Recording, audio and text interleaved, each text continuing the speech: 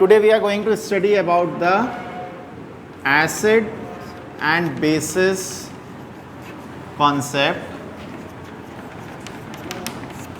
कि एसिड्स और बेसिस क्या होते हैं. ठीक है, तो एसिड और बेस कॉन्सेप्ट को समझने के लिए there are 3 scientist which give or you can say which suggest some theories regarding acids and bases. पहले कॉन्सेप्ट किसने दिया? That is Arrhenius concept of acids and bases. Second दिया किसने? Bronsted and Lowry concept. ठीक है, Bronsted and Lowry concept.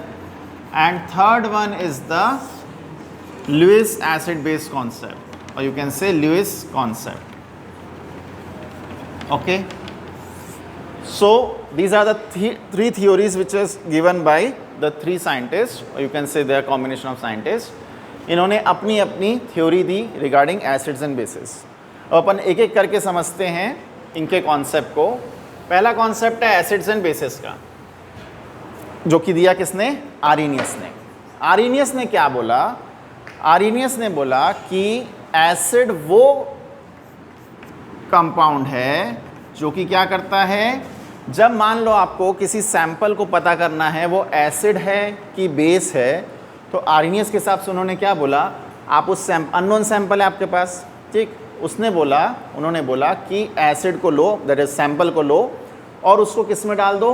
Water में डाल दो. एक बीकर लो, वाटर में डाल दो. यदि वो एसिड हुआ, वो सैंपल यदि एसिड हुआ तो वाटर में वो क्या रिलीज़ करेगा? H+ आयन रिलीज़ करेगा. तो वो क्या होगा? एसिड होगा, उन्होंने बोला. और यदि वो बेस हुआ तो वो वाटर में क्या रिलीज़ करेगा? OH- आयन रिलीज़ करेगा. ये सिंपल सा कॉन्सेप्ट उन्होंने बोला. तो इसके हिसाब से इन्होंने क्या बोला भाई कि ये हो गया क्या मेरा? आर्हीनियस एसिड, ऐसा जो कि पानी में क्या दे, घुलने के बाद में H+ आयन रिलीज़ करे, वो हो गया आर्हीनियस एसिड. और यदि वो OH- आयन रिलीज़ करे तो हो गया आर्हीनियस बेस. ठीक है, सिंपल सा ये कॉन्सेप्ट था किसका? आर्हीनियस का. लेकिन there are many limitations of this concept. What are the limitations? Limitations मतलब उसकी खामियां थी, उसकी कमियां थी इस कॉन्सेप्ट की. कि भाई जब आप, पहली बात तो ये कि यहाँ पे सॉल्वेंट कैसा है? सिर्फ और सिर्फ एक्वस सॉल्वेंट है, कि ये एक्वस एनवायरनमेंट में ही, पानी में ही बस आप ये कॉन्सेप्ट बता रहे हो. यदि कोई दूसरा सॉल्वेंट हुआ तो फिर आप क्या करोगे? फिर तो हाथ खड़े कर दिए कि दूसरा सॉल्वेंट किसी और में भी तो घुलेगा, कोई सॉल्ट सॉल्यूशन बन रहा है, कुछ बन रहा है, तब क्या कॉन्सेप्ट कहाँ लागू हुआ? तो this is limited to water only, पहला limitation. Second limitation is that कि जब ये पानी में घुलता है, मतलब सैंपल जो आप अननोन सैंपल को टेस्ट कर रहे थे, जब वो पानी में आया और H+ आयन रिलीज़ किया, तो ऐसा नहीं कि वो H+ आयन के फॉर्म में ही रह रहा है, वो क्या बना लेता है पानी में? H3O+, that is hydronium ion बना लेता है. तो आप कैसे पता कर पाओगे? फिर वो तो हाइड्रोनियम आयन बना लिया, तो पता कैसे करोगे कि भाई वो एसिड था कि बेस था? और यदि वो बेस रहा होगा तो वो क्या बना लेता है? H3O2+, मतलब एक कॉम्प्लेक्स को फॉर्म कर लेता है. यू कैन से इट फॉर्म्स अ कॉम्प्लेक्स यदि बेस हुआ तो स्टेबिलिटी रही नहीं ना. आप क्या बोल रहे हो? सैंपल, अननोन सैंपल को आपने पानी में डाला, यदि H+ रिलीज़ किया तो एसिड, OH रिलीज़ किया तो बेस, लेकिन वो इतनी देर रहता नहीं है. वो H+ वाला क्या बना ले रहा है पानी में? Hydronium ion. और दूसरा क्या बना ले रहा है? यदि बेस हुआ तो कॉम्प्लेक्स बना लिया. तो आप तो आइडेंटिफाई नहीं कर पाए कि कौन एसिड है कौन बेस है. तो ये दूसरी लिमिटेशन थी. आ रहा है समझ में? ठीक है, तो ये इसका कॉन्सेप्ट था. और तीसरी लिमिटेशन क्या थी कि इन्होंने बोला कि जो एसिड है वो क्या कर रहा है? H+ रिलीज़ कर रहा है, और जो बेस है वो क्या रिलीज़ कर रहा है? OH-. लेकिन हमारा अमोनिया NH3 जो कि क्या है? एक वेल रिकॉग्नाइज्ड क्या है? बेस है. अमोनिया एक वेल रिकॉग्नाइज्ड क्या है? बेस है. लेकिन ये तो कहीं से भी OH- आयन रिलीज़ नहीं करता, लेकिन फिर भी ये तो बेस है. ये तो OH- आयन रिलीज़ नहीं करता, लेकिन ये तो कौन है? बेस है फिर भी. तो फिर कैसे? तो इस कॉन्सेप्ट को समझाया किसने? ब्रॉन्स्टेड लॉरी ने. ब्रॉन्स्टेड लॉरी कॉन्सेप्ट क्या बोलता है? उन्होंने कहा, समझ में आया आर्हीनियस कॉन्सेप्ट? ठीक है, ब्रॉन्स्टेड लॉरी ने क्या बोला कि देखो, अब ब्रॉन्स्टेड लॉरी कॉन्सेप्ट क्यों सुपीरियर है आर्हीनियस कॉन्सेप्ट से? ब्रॉन्स्टेड लॉरी ने बोला एसिड इज अ मॉलिक्यूल और ion which donates a proton. Acid कौन है? ब्रॉन्स्टेड-लॉरी कॉन्सेप्ट के हिसाब से एसिड वो आयन और मॉलिक्यूल है जो कि क्या करेगा? डोनेट करेगा किसको? प्रोटॉन को, H+ आयन को डोनेट करेगा। और बेस कौन है? वो आयन और मॉलिक्यूल जो कि क्या करेगा? एक्सेप्ट करेगा H+ आयन और यू कैन से प्रोटॉन को एक्सेप्ट करेगा। आया क्या समझ में? मतलब मैं ऐसा लिखूं, सिंपल बनाऊं, ये मान लो कोई एसिड है, इसके पास क्या है? प्रोटॉन है।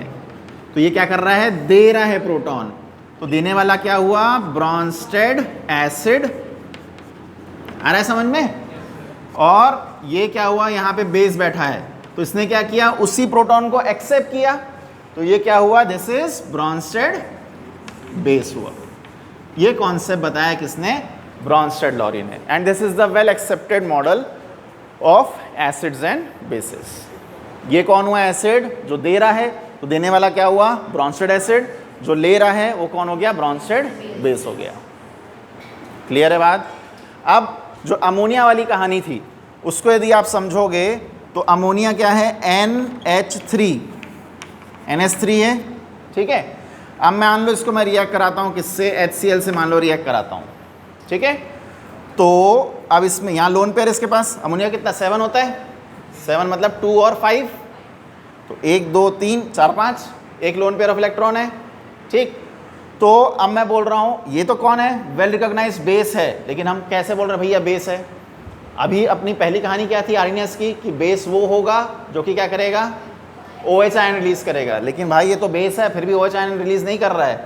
लेकिन हम प्रूव कर रहे हैं किससे? ब्रॉन्स्टेड कॉन्सेप्ट से। कैसे?